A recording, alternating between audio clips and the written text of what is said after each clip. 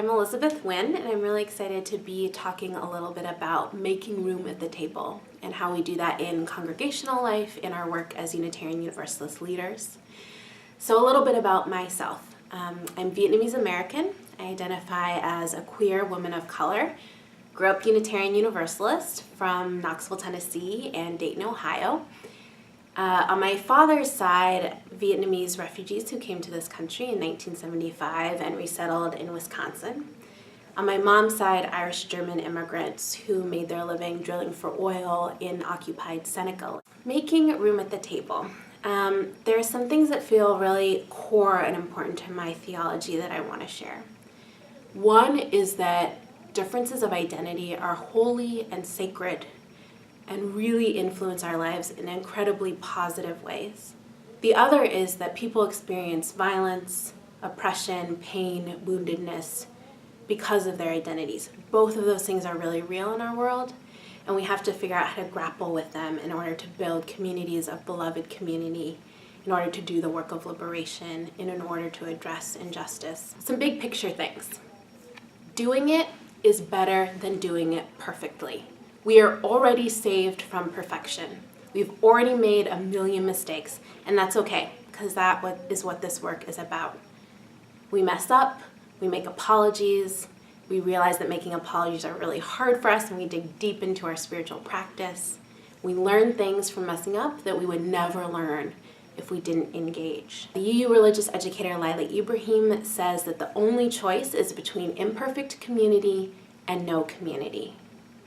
So we do the work even though it's imperfect. I want to reframe risk for us. We often talk about the risks of changing and not the risks of not changing.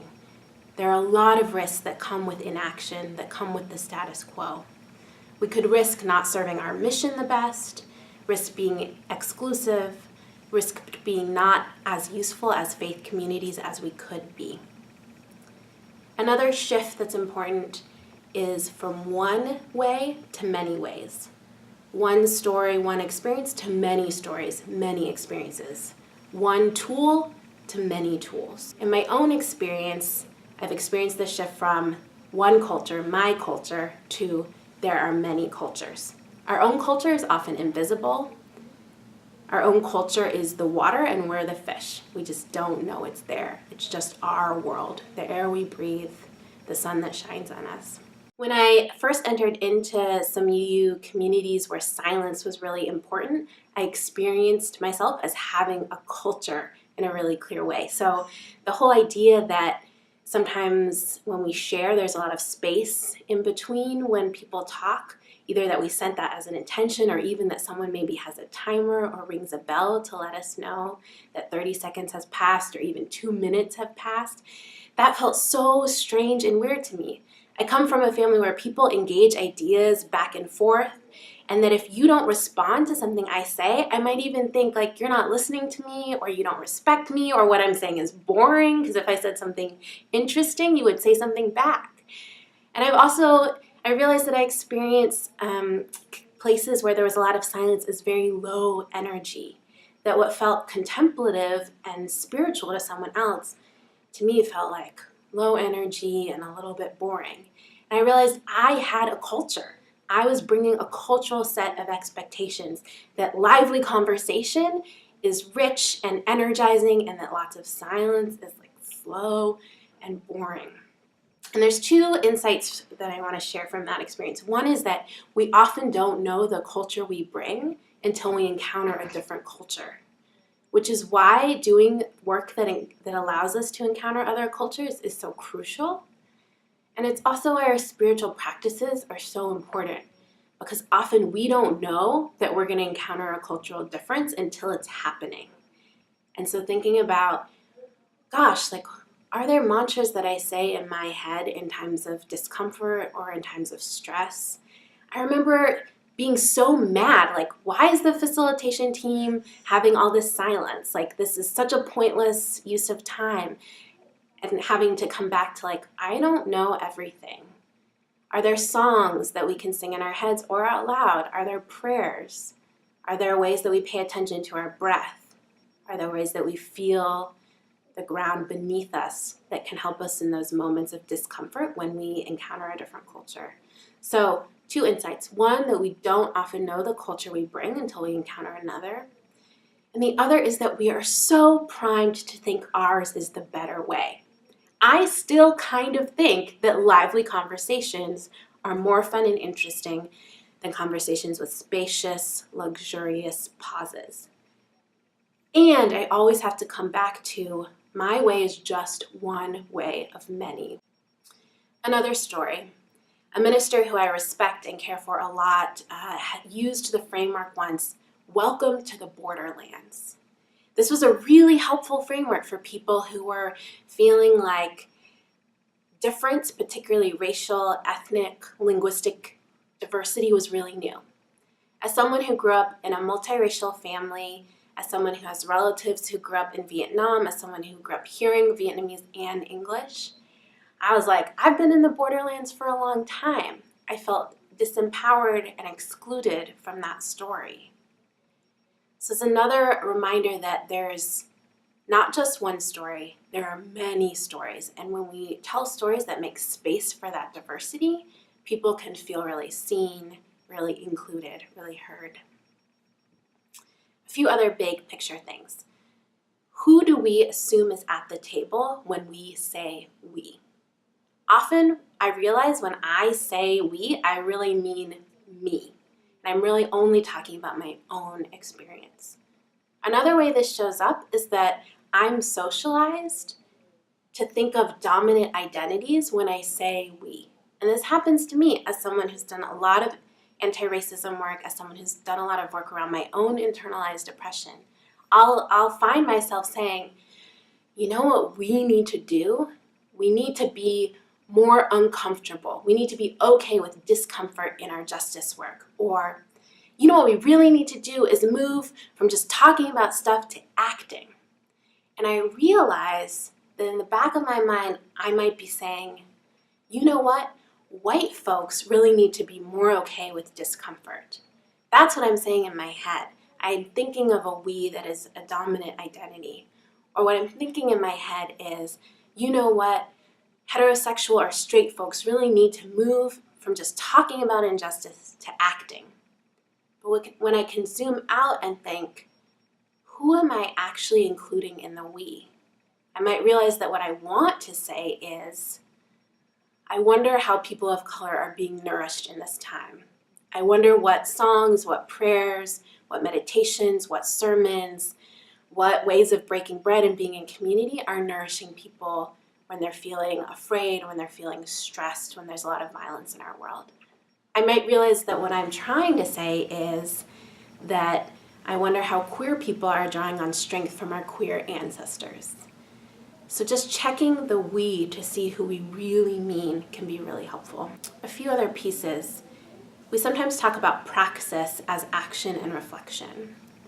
When it comes to liberation work, to building beloved community among diverse people in diverse community, sometimes it's helpful to think of a cycle of reflect, act, reflect.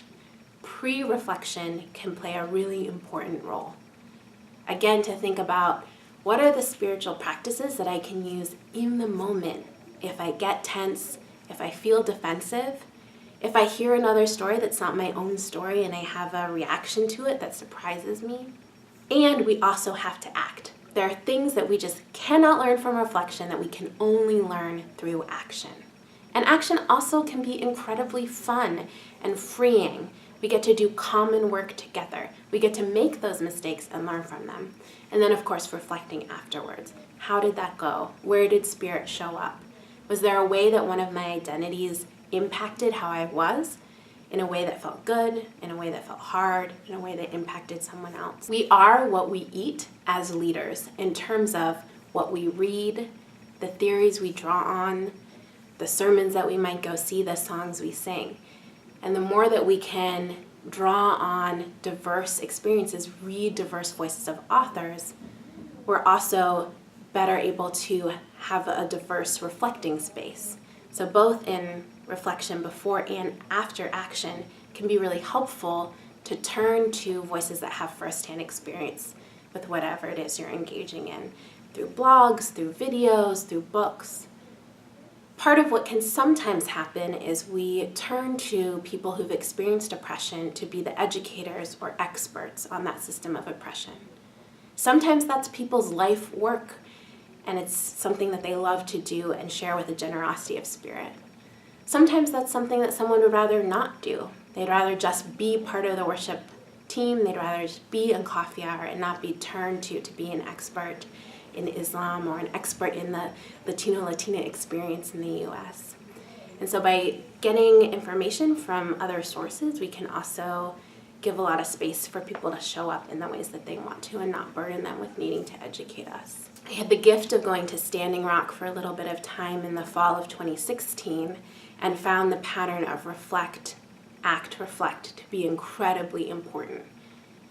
It was really helpful for me to read a lot of accounts, particularly by Native voices, of being in struggle at Standing Rock, to educate myself both about the history of colonization and the indigenous struggle in the Dakotas, and also where I'm based locally in Boston.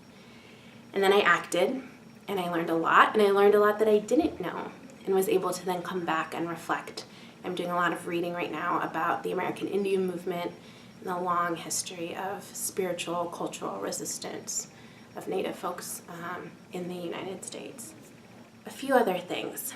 There is a tension between never being ready for the meal, wanting it to be the perfect team, needing just a few more folks, wanting a little more information, one more training, and not setting the table at all.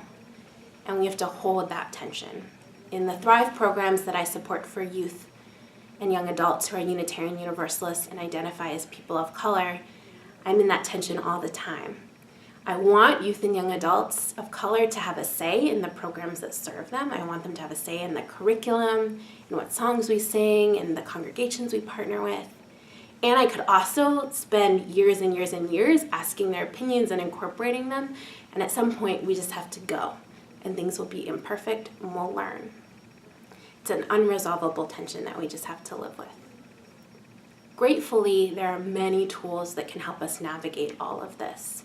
And again, it's a shift from not one way to many ways, from one story and experience to many stories and experience, and also from one tool to many tools.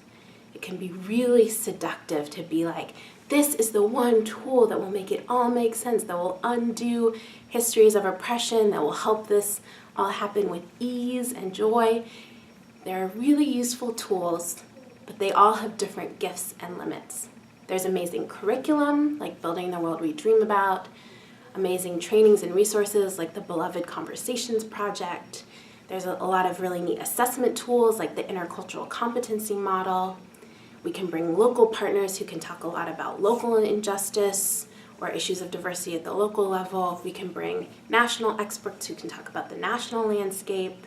We can have affinity groups where people gather by identity and support each other and do learning together. All of those tools are good for different things. And it's helpful to just think about, what is the goal I'm trying to accomplish? What might be a good tool? And we don't have to do that alone. There's a lot of really smart people that can help us sort through helpful and unhelpful tools. Be the Change is a really neat curriculum for youth on anti-racism, and it has gifts and limits. One of the gifts of it is that it has a lot of statistics and stories that help white youth understand the reality of racism and white supremacy. One of its limits is that for some youth of color, it can be very disempowering and demoralizing to see a long list of statistics about how your life is impacted by white supremacy and racism. Folks can feel like, why should I even try to live a thriving, meaningful life? Why should I even try to work to pursue my goals if there's all these systems that are working against me? It's not that Be the Change curriculum should or should not definitely or definitely not be used, but just to think about what are the gifts and limits of any given tool, and how can I do a workaround if I know the limit of a tool? So for Be the Change, it can be really great if youth of color have some time either on their own or in the wider group to bring objects that have to do with their ancestry and celebrate what it means for them to be whatever their racial or ethnic identity is, to talk about one thing that makes them proud, to be Black or Caribbean or Middle Eastern. That to connect them with ancestors who share some of those identities. Though that can be one workaround for the disempowerment that sometimes can happen with that curriculum for young people of color. And finally, I want to say that identity impacts everything. It impacts our spiritual paths, it impacts us as leaders. I know that my experience as a Vietnamese American woman totally impacts how I understand evil, how I understand salvation, how I understand love. It impacts my spiritual practices, the practice of having an altar with ancestors on it that I light incense on, put fresh fruit on important days. And it impacts what I'm good at as a leader and what I struggle with. And there's no judgment there, it's just true. And the more that we can see ourselves clearly and see other people in the fullness of their identities, the better we can work together, build communities of liberation, belonging, justice, build a beloved community, diverse communities that are multiracial and multicultural. So a few questions that might be helpful. How do your identities impact your spiritual journey, your spiritual experience? And how do your identities impact you as a leader? And these identities might be about race, class, gender, sexual orientation. They could be about nationality. They could be about your family, whether you're a parent, an only child. How do those identities impact who you are as a leader? Are there things that those identities give you strength in? Are there things that maybe are growing edges or challenges? A few other questions. What was an experience that felt sticky around identity or difference or power imbalance? What practices or ancestors did you turn to in that moment? Are there practices or ancestors you could turn to now if you could go back to that experience? I often think about our spiritual muscles. We don't come into whatever work we do as leaders super strong in every possible way. We have to build and practice over and over and over. And as I know many of you know, the work of community building requires a lot of dedication, and it's not always fun. I think about how in our culture it's really normal to dedicate 4 years or 2 years or 6 years to getting a degree. And we might go to all kinds of classes that are disappointing or boring. We might do things we don't truly believe in because we have a discipline and are trying to engage a process over time even when it's hard or sticky. Similarly, my partner runs marathons, which I would never do. But she runs marathons, and in that process of training for a marathon, she has a ton of days where she would really rather not run. And she has a ton of moments in a marathon when she's really close to giving up. The work of justice and the work of community actually require a similar discipline and a similar willingness to stick with it even through hard things. That's not to say that we should, change all of our expectations of community to be the same ones as we might have for a college degree or a marathon. But there is something about building that muscle again and again and again. So my question for you all is, what is a risk that you can take in the next week that will help you build that muscle, those spiritual muscles for encountering difference, seeing our own identities and contexts clearly, and building beloved community?